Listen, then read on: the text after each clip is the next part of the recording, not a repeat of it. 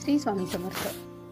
आपल्या व्हिडिओच्या थंबनेलवरून तुम्हाला आपण आज किती महत्त्वाच्या विषयी व्हिडिओ काढलेला आहे हे तुम्हाला समजलं असेलच.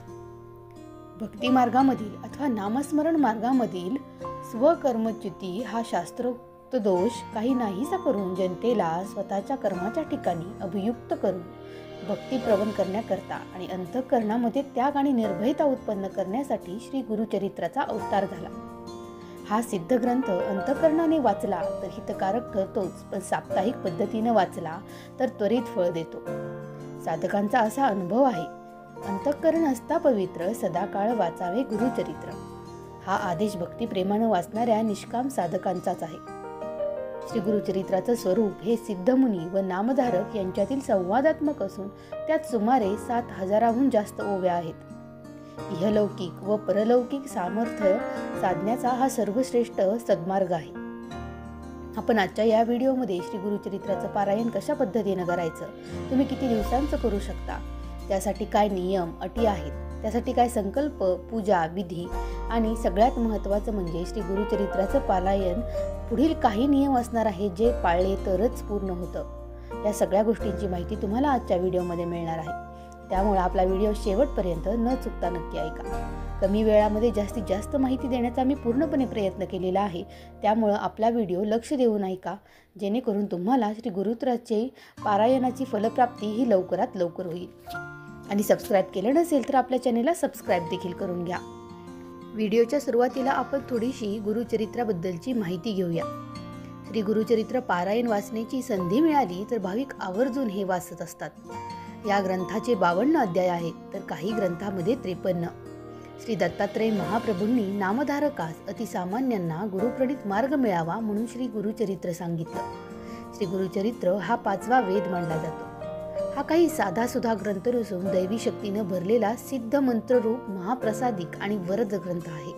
श्री गुरुचरित्राचं पारायण हे अंतःकरण शुद्ध असताना केलेलं चालू शकतं. त्यामुळं तुम्ही जेव्हा केव्हा श्री गुरुचरित्राचं पारायण कराल त्यावेळेस तुम्ही फक्त मनानेच नाही तर पूर्ण भावनात्मक, मानसिक आणि शारीरिक दृष्ट्या एकाग्र होऊन हे पारायण करायला हवं. आणि कारण याची फलप्राप्ती ही प्रत्येक साधकाला मिळत असते. श्री गुरुचरित्र या ग्रंथाचे 52 अध्याय असून ओवी संख्या 7,491 इतकी आहे. काही ग्रंथामध्ये आपण 53 अध्याय देखील पाहतो आणि त्यांची विभागणी ही ज्ञानकांड, कर्मकांड, भक्तिकांड यांचा समन्वय यामध्ये साधले असून या तीनही उपासनांसाठी गुरुचं मार्गदर्शन आवश्यक असतं. याचं अतिशय सुंदर आणि मर्मग्राही विवेचन ग्रंथकर्त्याने सगळ्या ओव्यांमध्ये अगदी ओघवत्या भाषेत केलेलं आहे. या ग्रंथामध्ये श्रीपाद श्रीवल्लभ व श्री नृसिंह सरस्वती यांच्या लीलांचं चमत्कृतिक वर्णन रसाळपणे केलं आहे.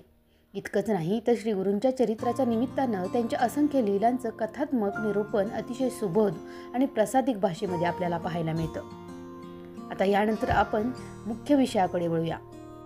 श्री गुरुचरित्राचं पारायण करण्या अगोदरच आपल्याला काही महत्त्वाची पूर्वतयारी करून घेणं गरजेचं असतं. त्यासाठी तुम्हाला सर्वात अगोदर वाचन सुरू करण्यापूर्वी आदल्या दिवशी समक्ष 4 कुत्रे व गाय यांना नैवेद्य द्यायचा असतो.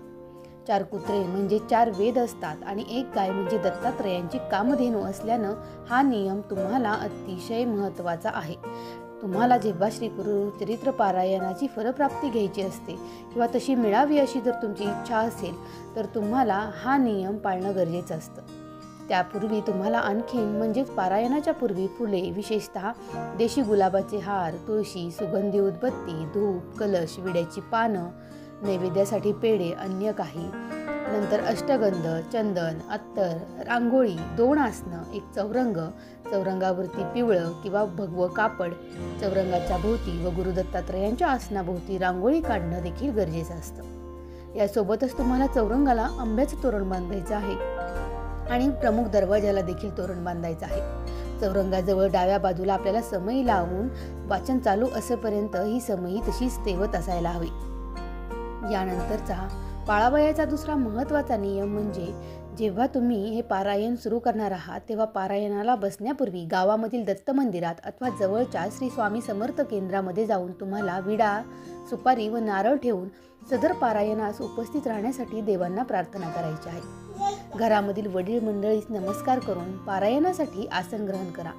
प्रथम अथर्व शीर्ष वाचा, एक माळ गायत्री जप करा, एक माळ श्री स्वामी समर्थ जप करा अथवा दत्तमंत्र देखील तुम्ही जप करू शकता.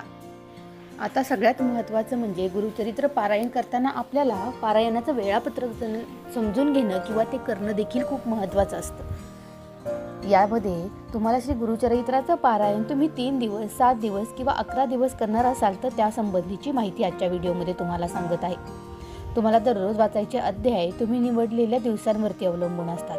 म्हणजे तुम्ही 3 दिवसाच्या पारायणामध्ये दररोज 18 अध्याय, 7 दिवस जर तुम्ही निवडले तर रोज 8 अध्याय आणि 11 दिवसांचं जर पारायण करायचं ठरवलं तर दररोज तुम्हाला 5 अध्याय वाचायचे असतात. पारायणाची सुरुवात तुम्ही कोणत्याही दिवशी करू शकता, पण शनिवार, गुरुवार आणि पुष्य नक्षत्र असे जर दिवस निवडले तर ते अतिशय शुभ मानले जातात.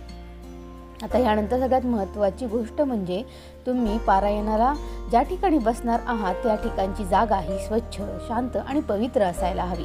तुम्हाला पूर्वाभिमुख बसूनच तुम्हाला हे पारायण करायचं असतं. दीप प्रज्वलित करून आपण गुरुचरित्राची आरती करून, पुष्प अर्पण करून आणि नैवेद्य दाखवून पूजेला आपण सुरुवात करतो.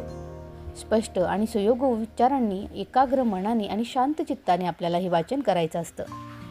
वाचनाच्या सुरुवातीला आणि शेवटी श्री गुरुदेव दत्त या मंत्राच्या एक माळी जप आपल्याला आवर्जून करायचा असतो. पारायणाला सांगितलेल्या बाकी शुभ दिवसांपैकी अतिशय शुभ असे आणि लाभदायी दिवस म्हणजे गुरुपौर्णिमा. हा दिवस श्री गुरु व्यास महाराजांचा जन्मदिवस आणि गुरु शिष्य परंपरेचा उत्सव मानला जातो. आणि त्यानंतर आपण आजचा व्हिडिओ ज्या विशेष दिवसासाठी बनवला ते म्हणजे दत्तात्रयांची जयंती. हा भगवान दत्तात्रयांच्या जन्माचा दिवस आणि श्री गुरुचरित्रामध्ये भगवान दत्तात्रयांच्या जीवनचरित्रावरतीच हे पूर्ण वर्णन असणार आहे. त्यामुळे हा दिवस तर अतिशय लाभदायी आणि फलदायी असतो. आपण आषाढी वारी या काळामध्ये देखील आवर्जून श्री गुरुचरित्राचं पारायण करू शकता.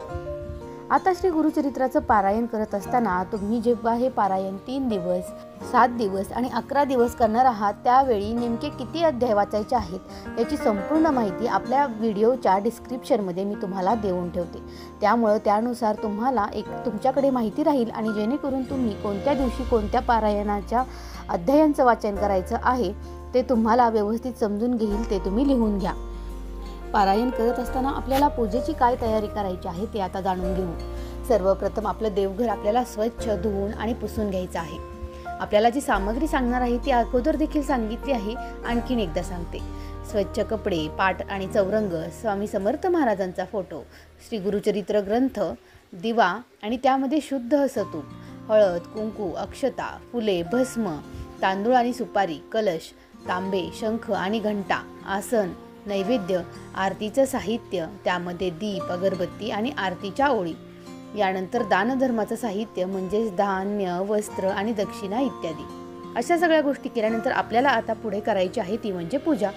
हे करण्यासाठी आपल्याला आसन ग्रहण करायचं आहे आणि एक संकल्प करायचा आहे. स्वच्छ आसनावरती बसून श्री स्वामी समर्थ महाराज आणि दत्तगुरूंचं स्मरण करा. उजव्या हातामध्ये पाणी, हळद, कुंकू, अक्षता आणि फुलं घेऊन खालील मंत्र म्हणा.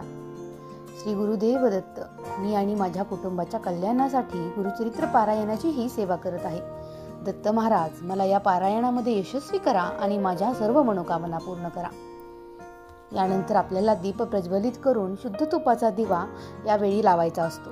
हळद, कुंकू आणि अक्षता वाहून फुलं अर्पण करायची असतात. तुमच्या हातामध्ये संकल्प करण्यासाठी घेतलेलं पाणी एका ताम्हणामध्ये सोडत आपल्याला हे पाणी नंतर तुळशीला वाहायचं असतं. आता यानंतर आपल्या पहिल्या 3 बोटांनी भस्म आपल्या कपाळाला, छातीला लावा. शुद्ध जलाने भरलेला तांब्या आपण कलश स्थापनेसाठी घ्यायचा असतो. त्यात आपण हळद, कुंकू, अक्षता आणि फुलं टाकायची. एक सुपारी टाका आणि त्यावरती विड्याची 5 पानं ठेवा. गणपती बाप्पांच्या शेजारी चौरंगावरती थोडेसे तांदूळ ठेवा आणि त्यावरती तो कलश स्थापित करा. कलशावरती खालून वर कुंकवाने रेषा काढा आणि त्याची पूजा करा. आता यानंतर आपल्याला दत्तगुरूंचं पूजन देखील करायचं आहे.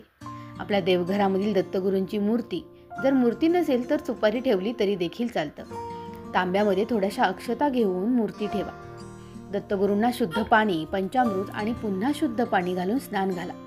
त्यानंतर पुरुष सूक्ताचा अभिषेक करा.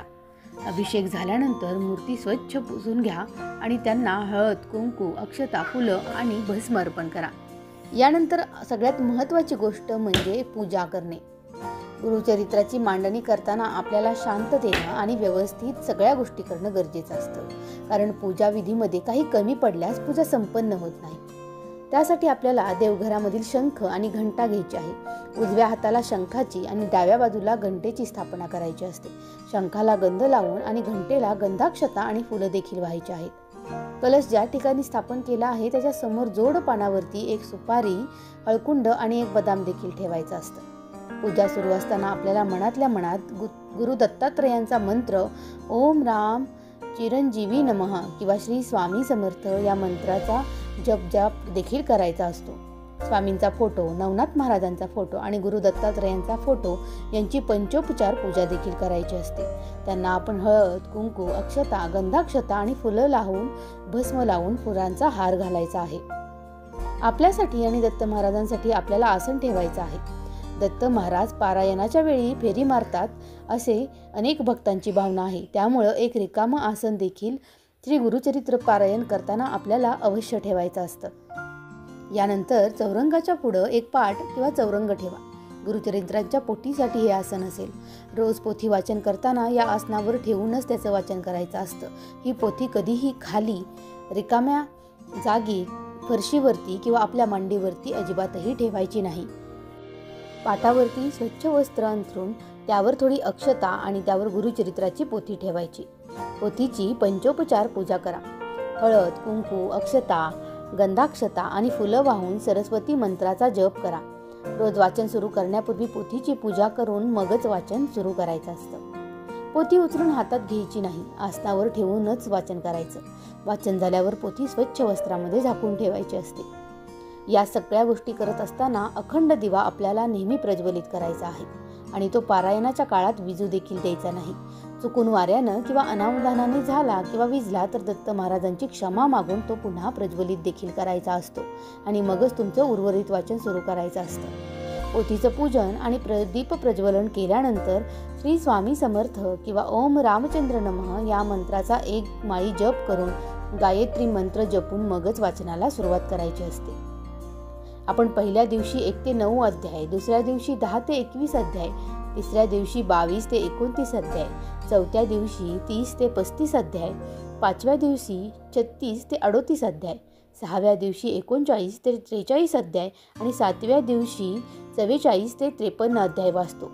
जर तुम्ही हे दत्त जयंतीसाठी करत असाल तर 7व्या दिवशीचं पारायण हे दत्त जयंतीच्या दिवशीच समारोप होईल किंवा समाप्त होईल. रोज वाचन झाल्यानंतर पोथीला तुम्ही घरामध्ये जे काही अन्न बनवत आहात त्याचाच नैवेद्य दाखवला तरी देखील चालेल आणि आरती ही तुम्हाला पारायणाच्या सुरुवातीला आणि पारायण झाल्यानंतर रोज करायची असते. सप्ताहाचं वाचन केल्यानंतर किंवा तुम्ही पारायणाचा शेवटचा दिवस हा दत्त जयंतीचा असतो, ज्या दिवशी आपला उपवास असणार आहे. त्यामुळं ह्या उपवासाचं पारण किंवा त्या पारायणाचं उद्यापन हे त्याच्या दुसऱ्या दिवशी आपल्याला करायचं असतं. लक्षात घ्या, हा शेवटचा दिवस तुम्हाला दिवसभर उपवास पकडायचा असतो. मग उपवास सोडण्याच्या दिवशी किंवा पारायणाच्या उद्यापनाच्या दिवशी आपल्याला लवकर उठून स्नान करून स्वच्छ कपडे घालायचे.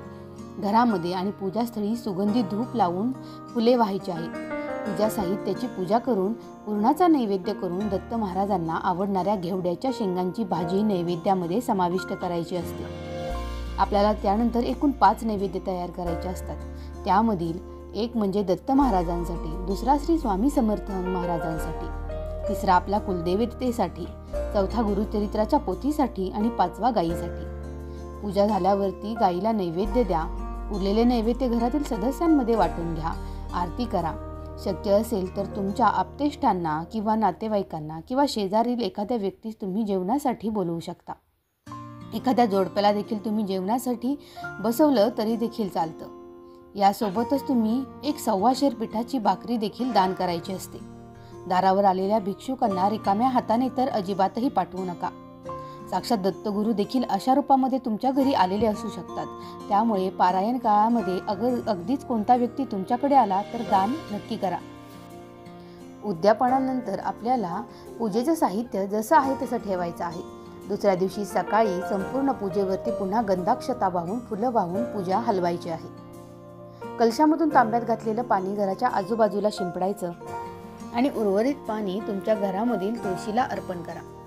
नारळ फोडून प्रसाद बनवा आणि गोडाच्या नैवेद्यासाठी हा नारळ तुम्ही वापरला तरी देखील चालतो. सुपारी, हळकुंड, बदाम आणि विड्याची पाने पाण्यामध्ये विसर्जित करा. श्री स्वामी समर्थ. ओम राम चिरंजीवी नमः.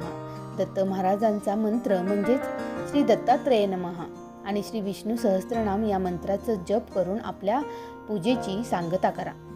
आता यानंतर श्री गुरुचरित्र पारायण करत असताना जे महत्त्वाचे नियम आपल्याला पाळणं गरजेचंच आहे, त्याशिवाय तुम्हाला फलप्राप्ती होणार नाही, ते पुढील प्रमाणे. आपल्याला सर्व स्नानादी क्रिया उरकल्यानंतर जेव्हा आपण संकल्प करणार आहोत त्यानंतरच आपण आचमन, प्राणायाम आणि देशकालाधिकांचा उच्चार झाल्यानंतर आपल्याला ज्या उद्देशानं हे अनुष्ठान केलेलं आहे त्याचा उच्चार करून त्या देवतेला आपण आपला हेतू सांगून मगच आपला संकल्प करायचा असतो. संकल्प केलाच नाही तर तुमचं पारायण करण्यालाच काही अर्थ राहत नाही. त्यामुळे सगळ्यात महत्त्वाचा पहिला नियम म्हणजे संकल्प करणं. दुसरा म्हणजे तुम्हाला कुलदैवत, गुरु, माता, पिता यांचं स्मरण करून आशीर्वाद घेऊन वाचन करायचं आहे. वाचनापूर्वी आपल्याला संध्या आणि 108 गायत्री जप अवश्य करायचा आहे. देवासाठी एक पाठ आपल्याला मोकळा ठेवायचा आहे. पारायण काळामध्ये साक्षात दत्तगुरु फेरी मारतात अशी दत्तभक्तांची श्रद्धा आहे. यानंतर म्हणजे महत्त्वाची गोष्ट, मनातल्या मनामध्ये न करता आपल्याला खड्या आवाजात या पारायणाचं वाचन करणं. वाचन संपेपर्यंत आसन न सोडणं आणि कुणाशीही मध्ये मध्ये न बोलणं, या गोष्टी अतिशय काटेकोरपणे पाळायच्या आहेत. यानंतर पारायण काळामध्ये देवापुढे सतत नंदादीप तेवत असायला हवा. सुंदर रांगोळी देखील काढा. कायिक, वाचिक आणि मानसिक ब्रह्मचर्य निक्षून पाळा. या 7 दिवसामध्ये पुरुषांनी दाढी करू नये आणि केस आणि नख देखील कापायचे नाही.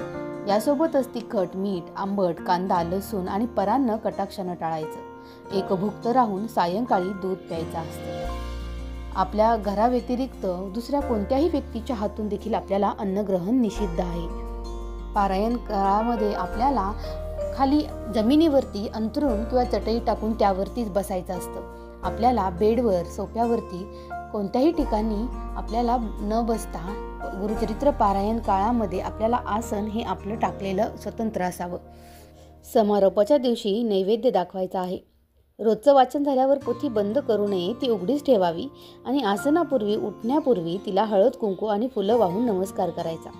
रात्री झोपण्यापूर्वी खड्या आवाजामध्ये दत्तस्तोत्र आणि दत्तांची आरती देखील करायची. वाचनामध्ये कसलाही यांत्रिकपणा असायला नको. मनोभावे हे वाचन करा. एकदा संकल्प सोडून पारायणाला केल्यानंतर ते पूर्ण करणं आवश्यकच असतं. तुम्ही मध्येच सोयर किंवा सुतक आल्यास आपल्याला व्यत्यय येतो. अशा वेळी आपण परिचितानं यांचं अपूर्ण राहिलेलं वाचन पूर्ण करायचं असतं. असा संकल्प सोडून आपल्या घरातील उर्वरित वाचन तुम्ही इतर व्यक्तींकडून घेऊ शकता.